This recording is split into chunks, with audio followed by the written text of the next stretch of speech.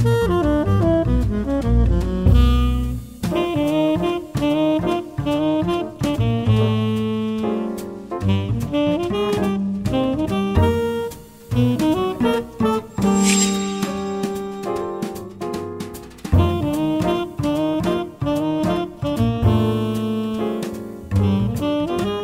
are needed because very few people are wise by their own counsel or learn by their own teachings. A true educator penetrates whatever is vital to the student and develops that by the light and heat of his own intelligence. An educator affects eternity. We can never tell when our influence stops. Students may forget what you say, but they will never forget how you make them feel, how you inspire and motivate them to think critically about subjects and topics. The topic of my paper is technological development in the third world, an indigenous perspective.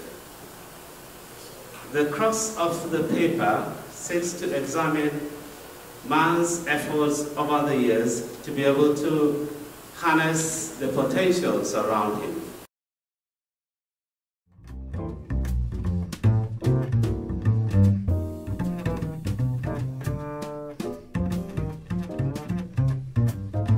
This problem of computer illiteracy, because the way the thing is going on now in the world is like anybody that is not computer literate now is as good as not being educated at all. And I'm going in my mind, well, why didn't you do that in the first place? You know? So they did the CAT scan with contrast, and about 30 minutes later the doctor comes back and says, well, we know what's wrong with me. And I say, oh, good. You know, what's wrong with me? And then they say, well, you have a brain aneurysm. And I actually... Literature deals with the two huge concepts. The first one is the digital natives, which means that the kids who are born with the technology desire, versus what's so-called digital immigrants, which means like me and some other people, people who are born without having the desire to using technology. Then the technology has been imposed in their lives by the time. So our kids right now are born with the digital natives.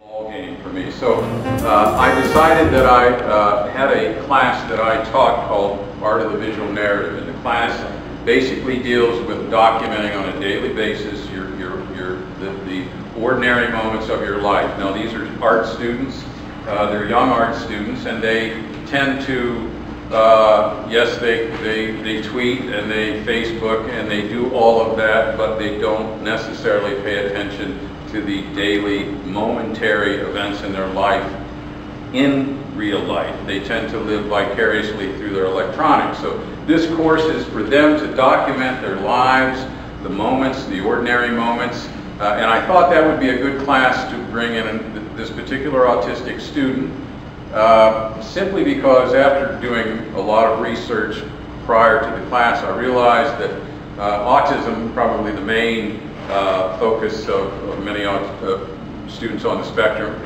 was that intense focus, sometimes at the distraction level where they can't focus on anything but their intense focus. So